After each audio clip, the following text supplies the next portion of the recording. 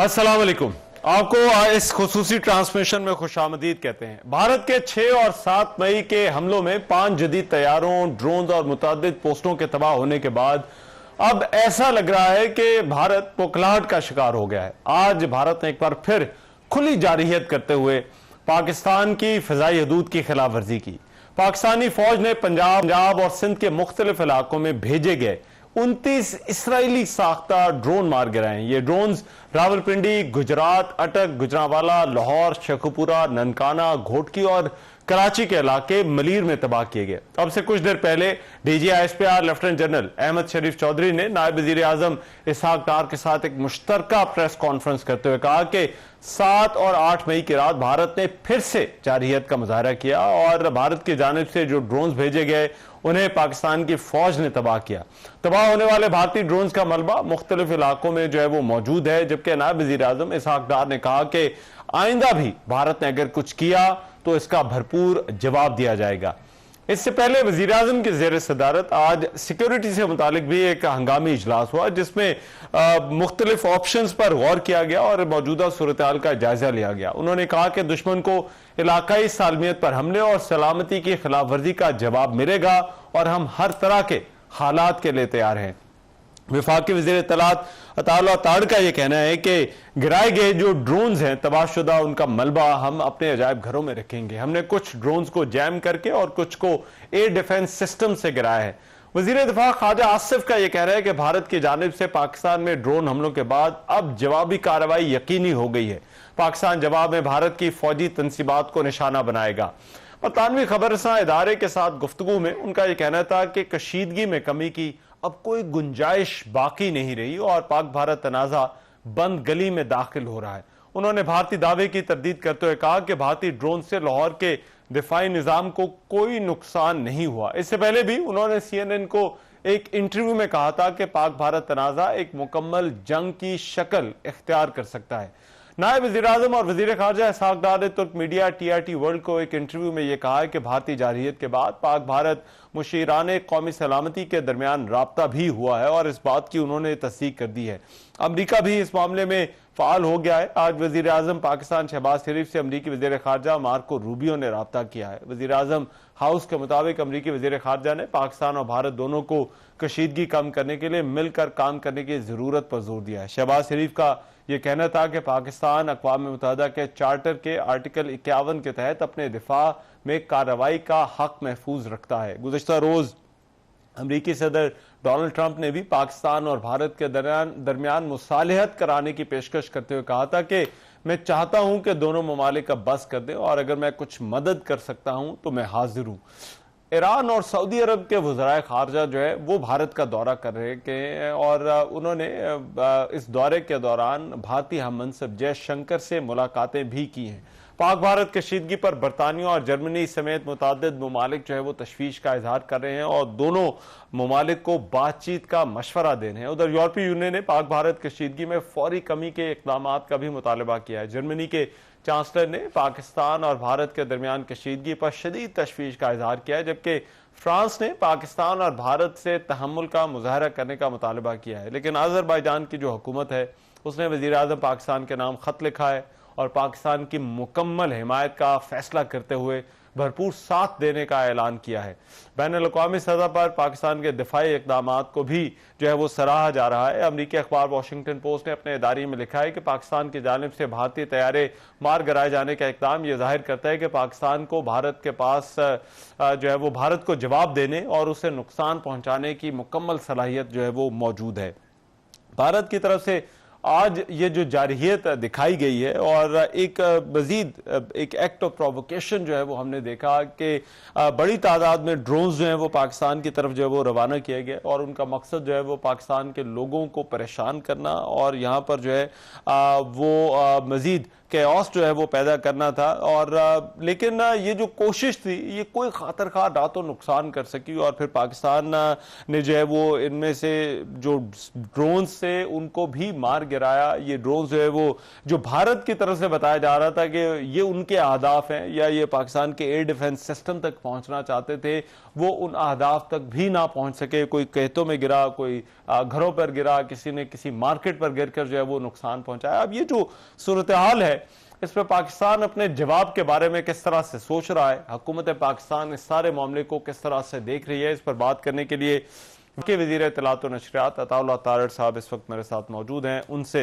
इस हवाले से बात करते हैं। अता तारड़ साहब, बहुत शुक्रिया आपके वक्त का। अता तारड़ साहब, बहुत सारे मामला हैं, आपके मैं जो है वो वक्त लूंगा, लेकिन सबसे पहले मैं आपसे पूछना चाहता हूँ, ये जो ड्रोन्स का अटैक जो है वो पाकिस्तान के ऊपर हुआ है, हुकूमत पाकिस्तान को क्या लगता है, इसके पीछे क्या मकसद क्या था भारत का?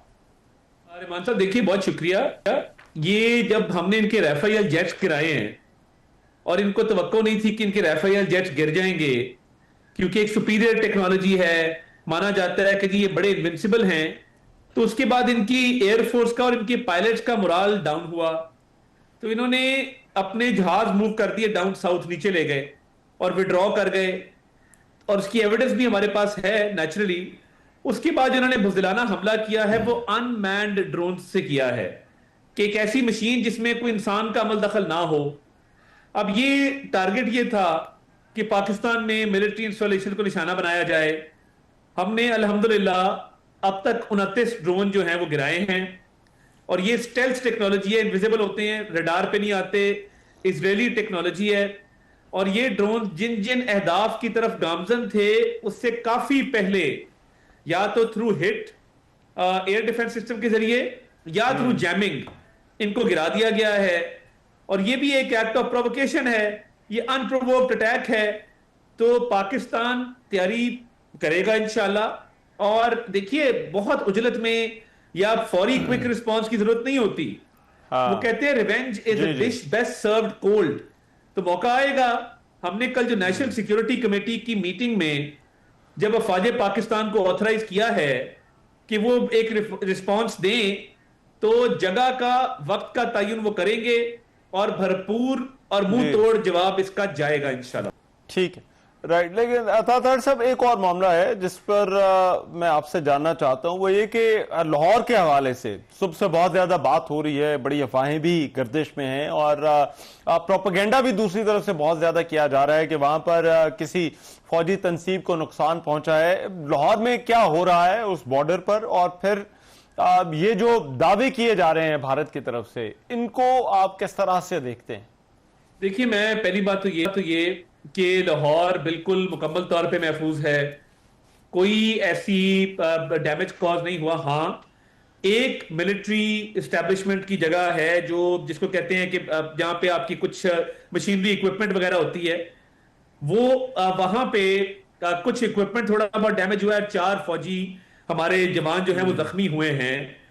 तो बस वो एक मिलिट्री बिल्डिंग बिल्कुल जरूर उस पर कुछ डैमेज हुआ, बट उसके अलावा कहीं पे कोई मेजर डैमेज की ना इतलात हैं। और बिल्कुल पैनिक की जरूरत नहीं है। 29 ड्रोन गिराना, और ये ड्रोन भी आला टेक्नोलॉजी है। तो ये ड्रोन हैं, आप समझ लें कि ये ड्रोन का राफेल है, एक हाईएस्ट लेवल का ड्रोन है जी। और बड़े बेहतरीन तरीके से इनको न्यूट्रलाइज करके इनको गिराया गया। राइट। एक और मामला जिस पर क्लैरिटी चाहता हूं, वो जो प्रोपेगेंडा किया जा रहा है कि पाकिस्तान ने कोई अमृतसर के अंदर कार्रवाई की है या वहां पर साइट्स को जो है वो टारगेट किया गया है। अब ये क्या बात हो रही है और ये क्या वजह है कि भारत अपने ही मुल्क के अंदर पैनिक फैला रहा है और कह रहा है कि हम पर जो है वो हमला किया गया है? देखिए, सिखों के बड़े अच्छे जज्बात है पाकिस्तान के बारे में। और सिख एक ऐसी माइनॉरिटी इंडिया में जो सब्जुगेटेड है, जिनका कभी पानी रोका जाता है, कभी उनकी फसलें तबाह की जाती हैं, कभी उनके मुकद्दस मकामात को निशाना बनाया जाता है। तो मैं बतौर पाकिस्तानी सिख कम्युनिटी को कहना चाहता हूं कि इनके गुरुद्वारे हमारे पास हैं और हम अच्छी तरह उनकी हिफाजत भी करते हैं, उनकी खिदमत भी करते हैं। पंजा साहब है, ननकाना साहब है, करतारपुर है और समाधि रंजीत सिंह है लाहौर में। तो हम तो बड़ा इनकी बड़ी इज्जत एहतराम करते हैं। और हमने इस सारी एस्केलेशन में भी सिख यात्रियों के वीजे कैंसिल नहीं किए। तो अगर हमने सिख यात्रियों के वीजे कैंसिल नहीं किए तो हमारा दिमाग खराब है कि हम इंडिया के अंदर जाके इनको अटैक करेंगे। ये मोदी सरकार ने सिखों पर हमला किया है और उसका इल्जाम पाकिस्तान पे लगाने की मजमूम साजिश की है। इसको हम डिनाई करते हैं और सिखों के जो जज्बात हैं पाकिस्तान के लिए उनकी कदर करते हैं, और हम भी तमाम सिखों की वो हों पाकिस्तान में, इंडिया में अच्छा। या दीगर ममालिक में, हम उनको बड़ी कदर की निगाह से देखें। राइट। और तारक साहब, ये प्रोवोकेशन के बाद एक प्रोवोकेशन हम और देख रहे हैं। पहले मिसाइलों से हमला, फिर उसके बाद ये ड्रोन से हमला। क्या आपको लगता है कि ये पाकिस्तान और भारत के दरमियान मामलात अब ये फुल स्केल वॉर की तरफ जा रहे हैं? देखिए, पाकिस्तान के पास अब ये दुनिया मानती है कि राइट टू सेल्फ डिफेंस मौजूद है। हम अपनी दिफा करने का हक महफूज रखते हैं और रिस्पॉन्स करने का हक महफूज रखते हैं।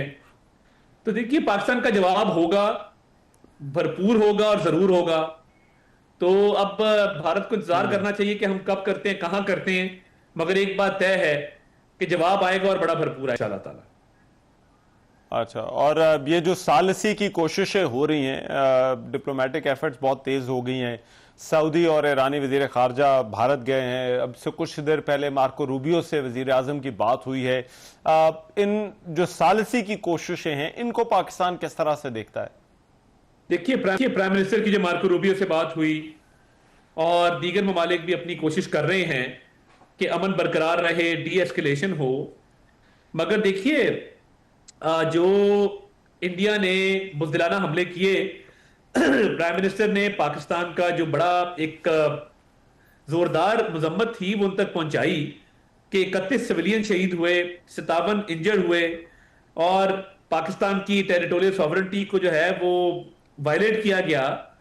तो पाकिस्तान ने तो कहा है कि हम पाकिस्तान को डिफेंड करेंगे हर हाल में, हर कॉस्ट पे। और पाकिस्तान के अवाम बड़े गमो गुस्से में हैं इंडिया के अनप्रोवोक्ड अटैक को लेके। तो बिल्कुल हम ये मानते हैं कि दुनिया का एक कंसर्न है। अच्छा। और दुनिया का एक कंसर्न रहता है, मगर ये भारत को पीछे हटना होगा। हाँ। क्योंकि अटैक भारत ने किया है, अनप्रोवोक्ड अटैक किया है, एस्केलेशन भारत ने की है, इन्वेस्टिगेशन से भारत भागा है। तो पाकिस्तान की डिप्लोमेटिकली और नैरेटिव वाइज पोजीशन बहुत मजबूत है। ठीक है। और कहीं ऐसा तो नहीं कि ये सालिसी की जो कोशिशें हैं इसके बाद पाकिस्तान अपने जो राइट टू रिप्लाई है, रद्दमल देने का जो हक है, उस पर उसको रिकंसिडर करे? देखिए, मैं ये समझता हूं कि इस सिचुएशन में जब भारत की तरफ से जारियत की जा रही है, उसका एक ही रिस्पांस बनता है और उसका इंतजार करें बस। इसके अलावा मैं नहीं समझता कि कोई और रिस्पांस देने की जरूरत है या देना चाहिए ऐसी सूरत हाल के अंदर, या कोई डिप्लोमेटिकली इसको एक्सप्लोर करना चाहिए। ये तो पहले सोचना चाहिए था, भारत को सोचना चाहिए था हमला करने से पहले। तो अब जवाब आएगा और भरपूर आएगा। तो अब ये जो गैर यकीनी सूरत हाल है, ये भारत के लिए बड़ी खतरनाक है। तो इनको अब इंतजार करें, अब देखते हैं कैसे इनको डील करते हैं। ठीक है। और लास्टली, ये जो इस वक्त सफारती राब्ते हो रहे हैं, पाकिस्तान की बात हो रही है, अब से पहले कुछ देर पहले वजीर आजम ने भी मार्को रूबियो से बात की। सिफारती तौर पर डिप्लोमेटिकली पाकिस्तान का मौकिफ क्या है? दुनिया को क्या बताया जा रहा है इस सिचुएशन के हवाले से? देखिए, दुनिया को बता रहे हैं कि सिविलियन पॉपुलेशन को अटैक किया गया, औरतों और बच्चों को टारगेट किया गया। कल मैं एक 7 साल बच्चे की जनाजे में मौजूद था। तो दुनिया देख रही है कि भारत इन्वेस्टिगेशन से भी भागा, झूठी एविडेंस भी जो है वो क्रिएट की FIR की सूरत में पहलगाम की, पाकिस्तान को लिंक भी नहीं कर सका और अब अग्रेशन भी कर रहा है।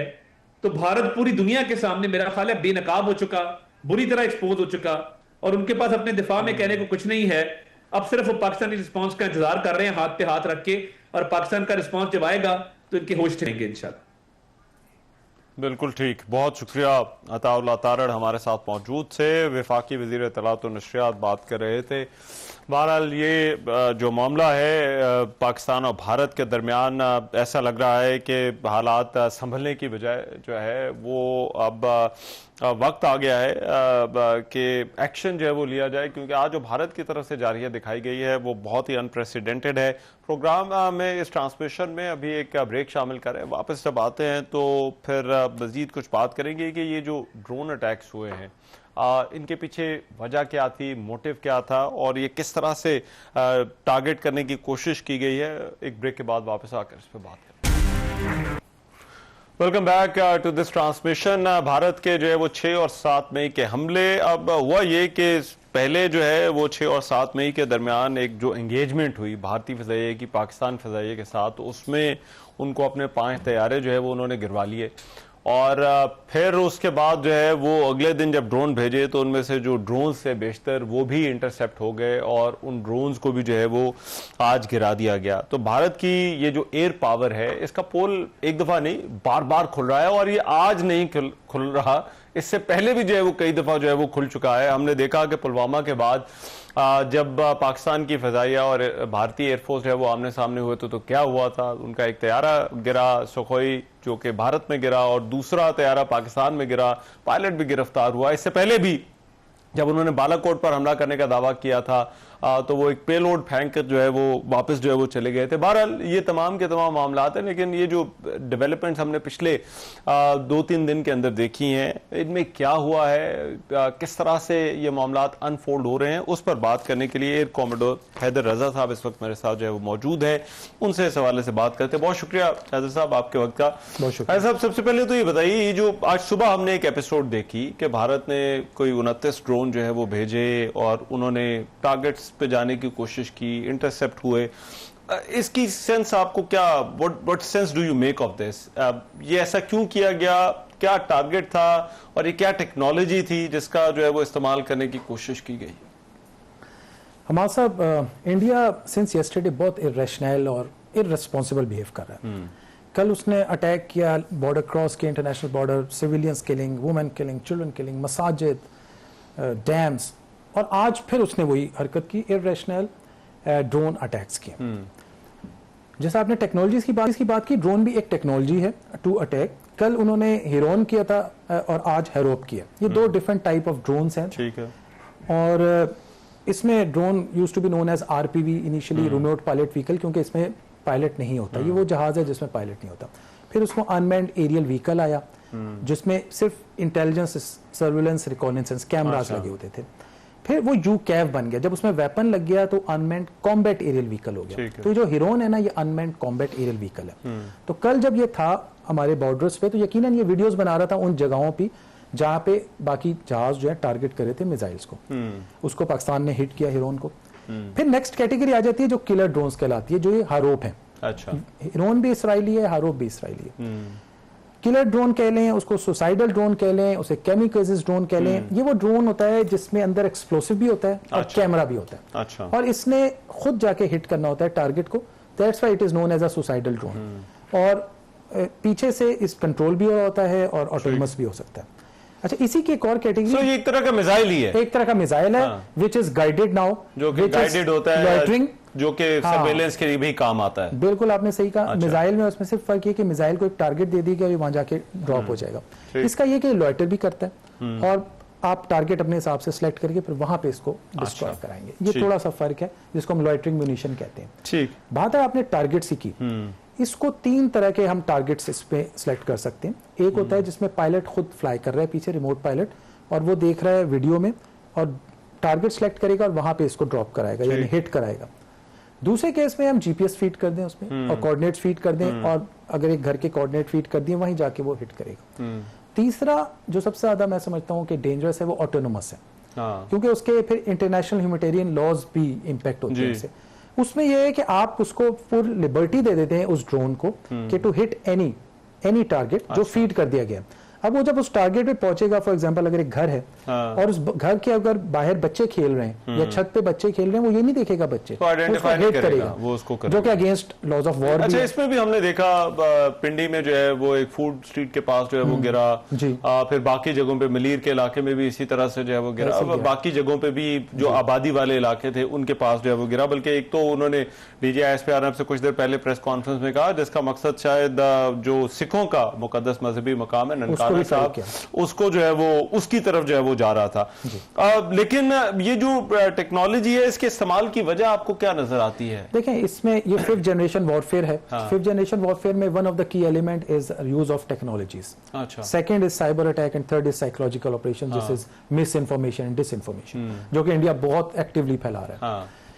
कमिंग टू द टेक्नोलॉजी, उसने कल राफेल टेक्नोलॉजी यूज करके देख ली, फेल हो गई। अब now it is using its drone technology, वो भी फेल हो गई अल्हम्दुलिल्लाह। आप देख रहे हैं अभी ब्रीफिंग में उन्होंने बताया कि 29 हमने उनके ड्रोन्स को हिट किया और स्टॉप किया।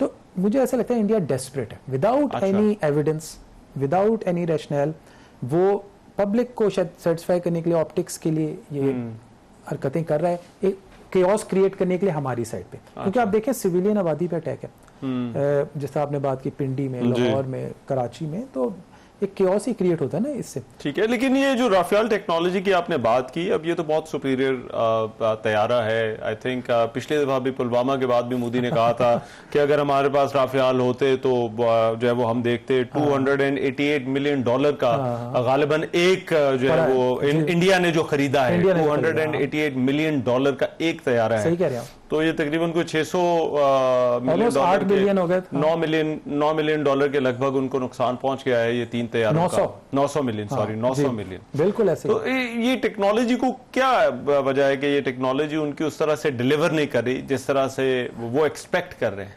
देखिए, इंडियन एयरफोर्स के साथ एक डायलेमा तो एजिंग फ्लीट है। उनका एजिंग फ्लीट है जिसको इंडियन एयरफोर्स चीफ ने हाईलाइट भी किया है गाहे बगाए। इनफैक्ट फरवरी 25 में उनके इंडियन एयर चीफ ने स्टेटमेंट दी थी, technology delayed is technology denied, यानी और वर्ड टू दैट इफेक्ट था कि मेरे पास वो टेक्नोलॉजी नहीं है जो मैं जिसे फाइट कर सकता हूं, क्योंकि उनके जो LCA तीजा एयरक्राफ्ट है वो डिले में चला गया। अच्छा। जिसने एक्चुअली वो एजिंग फ्लीट के गैप्स को फिल करना था। इन्होंने फिर उस गैप को राफेल से फिल करने की कोशिश की, लेकिन प्रॉब्ली राफेल को इतना इफेक्टिवली अभी तक वो एम्प्लॉय नहीं कर पा रहे। दूसरा पाकिस्तान एयरफोर्स माशाल्लाह कटिंग एज फोर्स है, जो इसकी स्ट्रेंथ्स हैं वो सबको पता है, लेकिन अगर कल के एनकाउंटर में हम देखें तो मैं समझता हूं कि हमारी 3 स्ट्रेंथ्स हैं जिसको PF ने रिमार्केबली यूज किया। अच्छा। Number 1, multi domain operations, means कि जितनी मेरे पास टेक्नोलॉजीज है मैंने उनको कलेक्टिवली कंसंट्रेट करना है टू अ सिंगल फोर्स। अच्छा। जिसमें आपके पास JF-17 थंडर ब्लॉक 3 आ जाता है, नायत हाईटेक हमारा एयरक्राफ्ट है, AESA radar, internal EW, BVRs, then J-10C, then F-16, then Mirages, then drones, then cyber. ये सब कुछ कलेक्टिवली जब हम यूज करते हैं इसको हम कहते हैं मल्टी डोमेन ऑपरेशंस। ये एक PF ने यूज की। सेकंड आ जाए, हमारे पास फर्स्ट शॉट कैपेबिलिटी है। अच्छा। फर्स्ट शॉट कैपेबिलिटी का मतलब है कि मेरे पास जो BVRs हैं उनकी रेंज इंडियन के BVR से ज्यादा है। अच्छा। तो मेरे पास एक first shot capability. And number 3 probably हमारे साहब जो सबसे इंपॉर्टेंट चीज है ना वो है ट्रेनिंग। हमारे पायलट्स की ट्रेनिंग स्किल, क्योंकि मैन बिहाइंड द गन होता है असल आदमी। ट्रेनिंग बहुत हाई क्वालिटी है हमारी, supported by the moral, motivation and the leadership. Visionary leadership है। हमारे एयर चीफ ने इसको विजनरी प्लान किया है, सारी कैपेबिलिटीज को, ताकि इस तरह के एनकाउंटर हो तो हम उनको किस तरह एंगेज करेंगे with a cutting edge force, और वही आपने कल देखा। लेकिन एक चीज है कि वो मानने को तैयार नहीं है। मेरा ख्याल है पिछली दफा भी उन्होंने नहीं माना था जब उनका एक तैयारा जो उनकी तरफ गिरा था, दूसरा तो उनको मानना पड़ा क्योंकि जो मिग था वो था ही हमारे पास। जी जी।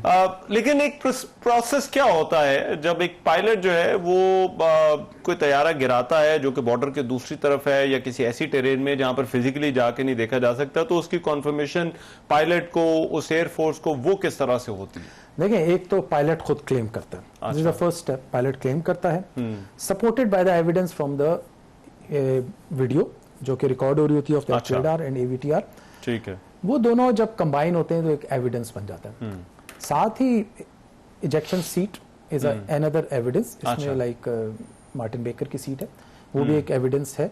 तो ये एक मिक्स वो होता है। इंडिया ने तो लास्ट टाइम आपको याद होगा अभिनंदन के केस में उन्होंने हमारे F-16 भी क्लेम कर दिया था। हाँ, और बाद में फिर US ने उसको डिनाई किया था। F-16 की कंपनी ने आके कहा था कि all F-16 are accounted for, और सबका जो है वो, तो ये काउंटिंग होती है, ये कोई ऐसी चीज नहीं है जो डिनाई। तो ये कोई ऐसी चीज नहीं है जो मतलब ज्यादा देर छुपाई जा सकती है, राइट। और हमने कुछ वीडियोस भी देखी हैं जो ऑन ग्राउंड जो वहां से कुछ वीडियोस जो है वो सामने आई जो लोकल्स ने बनाई थी, तो वो भी जो है वो हमने देखी। जी जी राइट जी, बहुत शुक्रिया, thank you so much. Air commodore Haider हमारे साथ मौजूद थे और आज ये जो ड्रोन अटैक थे और फिर पाकिस्तान और भारत की जो एयरफोर्स का मवाजदा है उस हवाले से बात कर रहे थे। इस ट्रांसमिशन में भी एक ब्रेक लेते, वापस आते तो आपको वो जगह दिखाएंगे जहां पर जो है ये भारतीय फिजाइया ने या जो भारत ने जो है ये पहले जो है वो मिसाइल जो है वो दागे थे मुरीद के में मस्जिद उम्मुल क़रा जिसको टारगेट किया गया, एक मस्जिद थी वहां पर जो है वो इस मिसाइल के गिरने के बाद क्या सिचुएशन थी। मैं खुद वहां पर गया था और वहां पर जाकर मैंने देखा था। तो ब्रेक के बाद जब वापस आएंगे तो आपको वो मनाजिर जो है वो दिखाएंगे।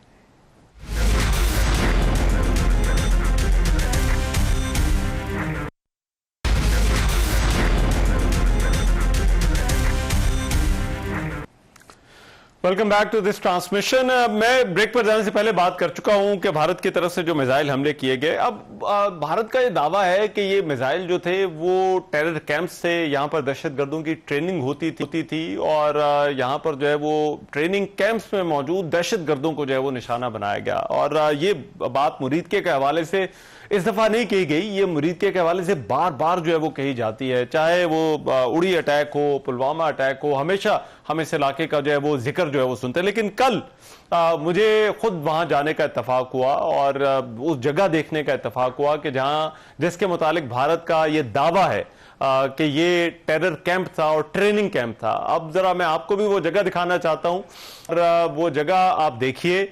और ये एक मस्जिद थी, मस्जिद उम्मुल क़रा, और इस मस्जिद के अंदर रात को 12:30 बजे जो है वो उस मस्जिद को शहीद किया गया। तो जरा ये देखिए और खुद अंदाजा लगाइए कि ये वो जगह है जिसके बारे में भारत का ये दावा है कि ये एक दहशतगर्दों का ट्रेनिंग कैंप है और ट्रेनिंग कैंप को टारगेट किया है। वो अपने लोगों को ये बता रहे हैं और दुनिया को भी ये बता रहे हैं। तो जरा देखें और फिर खुद फैसला करें कि ये जगह असल में क्या है।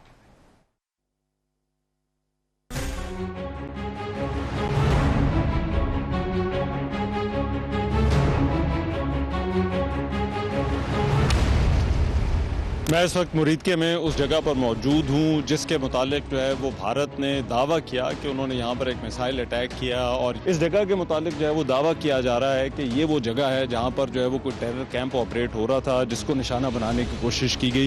ये मेरे पीछे आप देख रहे हैं, लाइन क्रॉस करते हैं, आगे जाते हैं और ये वो बिल्डिंग है जिसको जो है वो निशाना बनाया गया।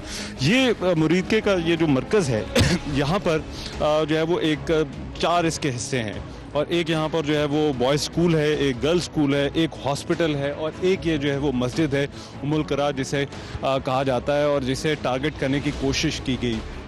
ये उस मस्जिद के साथ जो है वो एडमिनिस्ट्रेटिव ब्लॉक था। अभी ये पट्टियाँ लगाकर जो है वो इस जगह को जो है वो वैसे तो बंद किया गया है और यहाँ से जो है वो आप देख सकते हैं ये मलबा जो है वो यहाँ पर पड़ा हुआ है और इस जगह को जो है वो टारगेट की गई। ये जो जगह थी ये एडमिनिस्ट्रेटिव ब्लॉक था जिसके मुतालिक ये कहा जाता है कि ये कोई टेरर कैंप है। अब यहाँ पर आइए, देखिए ज़रा, ये सामने जो पंजाब हुकूमत के जो ऑफिशियल्स हैं वो यहाँ पर बैठते हैं। ये अब कोई हो सकता है कि किसी टेरर कैंप में जो है वो इस तरह से जो है वो ये नोटिस वगैरह लगे हों, इस तरह से जो है वो दफ्तर बने हों, लेकिन इस जगह के मुतालिक जो है वो नाम नहाद एक दावा किया गया कि ये वो जगह है कि जहाँ से जो है वो कोई ट्रेनिंग होती है और इसी वजह से जो है वो यहाँ पर इसको जो है वो टारगेट जो है वो किया गया। बहरहाल ये सामने जो है वो एक इनका कमेटी रूम था जो कि हुकूमत के ही पास था और जो है वो इसको इस्तेमाल किया जा रहा था। अभी आगे चलते हैं, ज़रा यहाँ से ज़रा बाहर निकलते हैं और फिर आगे भी आपको दिखाते हैं कि इस जगह जिसके मुतालिक जो है वो दावे किए जा रहे थे। ये मेन कंपाउंड है और यहाँ पर जो है वो ये मस्जिद के साथ अहाता है बेसिकली। ये एडमिनिस्ट्रेटिव ब्लॉक है, पीछे भी आप देख रहे हैं इसके बिल्कुल साथ जो है वो कुछ घर जो हैं, ये मुकम्मल तौर पर जो है वो रहायशी इलाका है और ये इतनी गैर जिम्मेदाराना हरकत है। अब यहाँ पर जो है वो फैमिलीज रहती हैं। वैसे तो यहाँ पर जो मिसाइल अटैक किया गया उसमें जो है वो 3 कैजुअल्टीज़ हुई, 3 शहादतें हुई, वो तीनों जो है वो सिविलियंस थे और वो एक जो है वो ज़ख्मी भी हुए, जिन्हें पास ही एक हॉस्पिटल में जो है वो मुंतकिल किया गया। लेकिन ये इसके चारों तरफ, इस कंपाउंड के चारों तरफ आप देखें ये आबादियां हैं और आबादी में फैमिलीज़ रह रही हैं, जिसको जो है वो यहाँ पर जो है वो दिखाया गया, टारगेट करने की जो है वो कोशिश की गई। अभी यहाँ पर एक और चीज़, लोगों ने कुछ यहाँ पर जो फौरी तौर पर इमदादी कार्रवाइयाँ की, उसके बाद लोग यहाँ पर आए और उन्होंने जो है वो कुछ जो मिसाइल था जिसको जो है वो इस्तेमाल किया गया, जो दागा गया, उसके कुछ पीसेस जो है वो यहाँ पर रखे हैं। ये आप देख सकते हैं, ये वो भारतीय दहशतगर्दी की बाक़ियात हैं जिसने जो है वो इस कंपाउंड को जो है वो निशाना बनाने की कोशिश की। एक रेजिडेंशियल कॉम्प्लेक्स भी है जिस पर जो है वो इस तरह से मिसाइल जो है वो दागे गए। अब ये वो मिसाइल थे, सोफिस्टिकेटेड मिसाइल के कुछ पुर्जे हैं जो कि इस्तेमाल किया गया, और ये उसकी जो है वो एक बड़ा पीस है जो आप देख रहे हैं, जो मिसाइल जो है वो कल यहाँ पर जो है वो जिससे इस पूरे कंपाउंड को निशाना बनाने की कोशिश की गई। अब ये ज़रा कंपाउंड से जो है वो मैं आपको अंदर लेकर चलता हूँ जो मस्जिद की तरफ। पहले जो है वो एडमिनिस्ट्रेटिव ब्लॉक था, एडमिनिस्ट्रेटिव ब्लॉक के दरमियान में जो है वो कंपाउंड था, और कंपाउंड से आगे जो है ये मस्जिद है, और मस्जिद उमुल क़रा ये इसी कंपाउंड का जो है वो हिस्सा थी। ये पीछे आप देख सकते हैं, ये डबल स्टोरी है, एक जो फ्लोर है वो मस्जिद का जो है वो ऊपर भी है, और ये दोनों फ्लोर जो है वो पूरी तरह से जो है वो डैमेज हुए हैं जब इसको जो है वो टारगेट किया गया। अभी आपको अगर कैमरामैन ऊपर से दिखा सके, ये जो है वो जगह है जहाँ से जो है वो इस मिसाइल से जो है वो टारगेट किया गया। ये बड़ा होल जो है आपको जो नज़र आ रहा है, और यहाँ से जो है वो निशाना बनाया गया। रात का वक्त था, ज़ाहिर बात है उस वक्त मस्जिद के अंदर जो है वो कोई और तो मौजूद नहीं था। बहरहाल इस मस्जिद को भी शहीद किया गया, और इस पूरी जगह से मुताल्लिक जो है वो यही दावे थे कि ये वो जगह है जहाँ पर जो है वो कोई टेरर कैंप है। अब ये जो सारे का सारा मरकज़ है, इसमें अगर आप जब आते हैं तो एक तो ये पंजाब हुकूमत के पास है, और पंजाब हुकूमत ही इसके जो है वो मामलात को जो है वो देखती है। पंजाब हुकूमत के जो एडमिनिस्ट्रेटर हैं वो भी यहाँ पर बैठते हैं, और ये ऐसा लगता है कि एक ख़ास मंसूबे के तहत जो है वो इसको एक रिलीजियस रंग भी जो है वो देने की कोशिश की गई है, और इन मसाजिद को जो है वो टारगेट किया गया है हर जगह पर, ना सिर्फ यहाँ पर मुरीदके में बल्कि बाकी भी जिन जगहों पर, कोटली में, मुजफ्फराबाद में, बहावलपुर के अंदर, वहाँ पर भी जो है वो इसी तरह से मसाजिद को टारगेट करने की कोशिश की है। एक रिफ्लेक्शन है एक माइंडसेट की, एक हिंदुत्व का जो माइंडसेट है वो इससे थोड़ा सा ज़रा जो है वो झलकता है कि इन स्ट्रक्चर्स को जो है वो टारगेट किया जा रहा है, जिससे जो है वो शायद अपने लोगों को भी जो है वो कोई पैगाम देना चाहते हैं। लेकिन ये तमाम की तमाम चीज़ें, एक तरफ तो दुनिया को बताया जा रहा है कि ये वो जगह हैं जहाँ पर पाकिस्तानी जो है वो किसी टेररिस्ट जो है वो उनको ट्रेन किया जाता है, और उनको जो है वो यहाँ पर जो है वो रखा जाता है, और पूरी दुनिया को यही बताया जा रहा है, और अपने लोगों को भी जो है वो यही बार बार जो है वो बताया जा रहा है। पूरा भारतीय मीडिया जो है वो इसी तरह से प्रोपेगेंडा जो है वो करता रहा। जब से ये वाक़या हुआ तो उस वक्त से जो है कहा गया कि ये वो जगह हैं जहाँ पर जो है वो टेरर कैंप्स से, और कैंप्स जो है वो इसको चला रहे थे। अभी यहाँ पर भी आए, ये एडमिनिस्ट्रेटर का जो है वो रूम है, और एडमिनिस्ट्रेटर का कमरा है, ये आप देख सकते हैं। उमुल क़ुरा मस्जिद, एडमिनिस्ट्रेटर के नाम लिखे हुए हैं, ये बोर्ड आपको यहाँ पर नज़र आ रहा है, ये दफ्तर आपको यहाँ पर नज़र आ रहा है, यहाँ पर एडमिनिस्ट्रेटर बैठते हैं, यहाँ पर जो है वो एक पूरा निज़ाम जो है वो मौजूद है। लेकिन इस जगह को जो है वो एक टेरर कैंप का जो है वो रंग देने की जो है वो कोशिश की गई है। बहरहाल यहाँ पर वेरी अनफॉर्चुनेट, बहुत ही जो है वो अफसोसनाक बात यह है कि 3 जो है वो लोगों की जो है वो कैजुअल्टीज़ हुई, एक जो है वो शदीद ज़ख्मी है। अपने लोगों को ये बताने की जो है वो कोशिश की जाती है कि शायद हमने कोई बहुत बड़ा जो है वो कारनामा सर अंजाम दिया है, बहुत हमने जो है वो प्रिसीजन के साथ जो है वो टारगेट जो है वो हमने हिट किए। लेकिन ये मैंने आपको जगह दिखा दी है विद कैमरा, आपने जो है वो ख़ुद ये देखी है ये यहाँ पर क्या हुआ, यहाँ पर स्ट्रक्चर क्या है। एक एडमिनिस्ट्रेटिव ब्लॉक है, उसके दरमियान में ये कंपाउंड है, साथ ये मस्जिद है जिसको शहीद किया गया। चारों तरफ अगर आप देखें तो इंतहाई गैर जिम्मेदाराना हरकत नज़र आती है, क्योंकि ये बड़ा आबादी वाला इलाका है, और यहाँ पर अगर आप देखें तो चारों तरफ जो है वो रेजिडेंशियल क्वार्टर्स हैं। यहाँ पर स्कूल है, स्कूल के साथ यहाँ पर हॉस्पिटल है, स्कूल का स्टाफ है, हॉस्पिटल का स्टाफ है, बच्चे यहाँ पर आते हैं, फैमिलीज़ यहाँ पर पर रहती हैं। और ये मुरीद के कोई दूर अफ्तादा इलाका नहीं है, ये कोई पहाड़ों के अंदर जो है वो इलाका नहीं है जहाँ पर जो है वो कोई ऐसी कोई ट्रेनिंग फैसिलिटी जो है वो बनाई गई थी। ये आबादी वाला इलाका है, यहाँ पर आम लोग भी आते हैं, लोगों का एक्सेस है इस इलाके तक, और इस इलाके के मुतालिक जो है वो ये कहा जा रहा है। बहरहाल हमने आपको ये इलाका दिखाया और मेरा ख्याल है इससे जो है वो और ये देखना चाहिए, देखने वालों को पता चले, और ख़ास तौर पर जो है जो भारतीय मीडिया जिस तरह से प्रोपेगेंडा कर रहा था, यहाँ पर जो मनाजिर हैं, यहाँ पर जो जगह है, यहाँ पर जो कुछ हुआ है वो उसकी टोटल एक नफ़ी कर रहा है। मेरे साथ इस वक्त यहाँ के एक लोकल जो मकामी हैं, यहाँ पर इस कंपाउंड के अंदर रहते भी हैं, वो मौजूद हैं, उनसे ज़रा पूछते हैं। अस्सलाम वालेकुम। वालेकुम सलाम। मुझे कुछ थोड़ा बताएंगे, कल आपने क्या देखा जब ये वाक़या हुआ, तो उस वक्त आप कहाँ पर थे, क्या कर रहे थे? सर ये 12:29 पे ये पहला फायर हुआ है। अच्छा। ये बेसिकली जो जगह है ये government health and educational complex है। तो ये अब्दुल वहाब का घर है। ये यहाँ से मैं उस तरफ आउट हो रहा था अपने घर की तरफ, हमारा थोड़ा सा इधर से दूर है। नहीं सर, आउट हो रहा था यहाँ से, तो ये मेरे बिल्कुल अपना सामने ये फायर हुआ है। उसके बाद वो मस्जिद के 2 फायर हुए मस्जिद के। ये सर 12:29 से और 12:35 तक ये हुआ। 5-6 मिनट में ये 4 फायर हुए। ये तो मैं देख रहा हूँ, ये तो घरों की पूरी लेन है जी। ये सर ये लोकल है सर, ये लोकल है सारा एरिया। ये यहाँ से सारा लोकल लोग हैं। जो government health and educational complex है वो मस्जिद उसकी कस्टडी में है, उनका एडमिन ब्लॉक है। यहाँ पे गर्ल्स कॉलेज है, गर्ल्स मेडिकल साइंस के। ये जो जगह है या ये जो घर है ये मस्जिद वाले एरिया से भी अलग है? जी बिल्कुल अलग है। अच्छा, तो ये सारी आबादी है, ये कौन लोग रहते हैं यहाँ पर? ये सिविल लोग हैं जी, ये सिविल लोग हैं। लोगों की जो जिसको बोलते हैं प्रॉपर्टी, जाती प्रॉपर्टीज हैं ये। अच्छा जी सर। अच्छा, तो फिर उसके बाद क्या हुआ जब ये आपने यहाँ पर जो है वो धमाके की आवाज़ सुनी? 6 मिनट बाद जो है वो वहाँ पर मस्जिद पर जो है वो अटैक हुआ। टोटल 6 मिनट लगे हैं। अच्छा। 29 से 35 मिनट तक ये सारा मामला ख़त्म हो चुका था मिसाइलों वाला। 4 मिसाइल फायर हुए। हम फिर यहाँ से भाग के दूर चले गए, वापस आए हैं तो पता चला कि ये मस्जिद जो गवर्नमेंट की है, मस्जिद उम्मुल कुरा, जो यहाँ की बेसिकली आपको थोड़ी सी डिटेल दे दूँ कि ये नंगल सादा का एरिया है। और ये जो यहाँ पे 19,000 वोट की आबादी रहती है, उसका मतलब है 2-2.5 लाख लोग।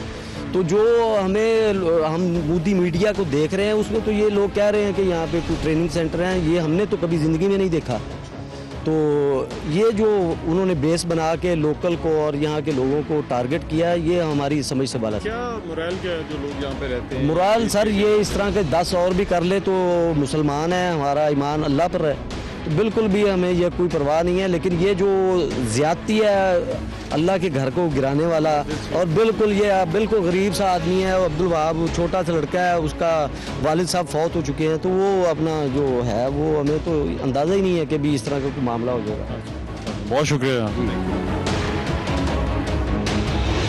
मेरे साथ इस वक्त एक और यहाँ के जो मकामी हैं वो मौजूद हैं, उनसे अभी इस हवाले से बात करें। अस्सलाम वालेकुम। वालेकुम सलाम। मुझे को बताएंगे जब ये कल हुआ वाक़या, तो आप उस वक्त कहाँ पर थे, क्या कर रहे थे यहाँ पर उस वक्त जो है वो क्या हालात थे? जी मैं ये बताना चाहूँगा कि हम 3-4 भाई थे, पीछे हमारा घर है। तो 12:39 पे 12:29 पे ये फर्स्ट फायर हुआ इधर इस घर में। फिर 12:35 पे ये ख़त्म हो गया, यानी कि 4 मिसाइल गिरे। फर्स्ट फायर इधर, हम घर के अंदर बैठे हुए थे जब पहला हुआ।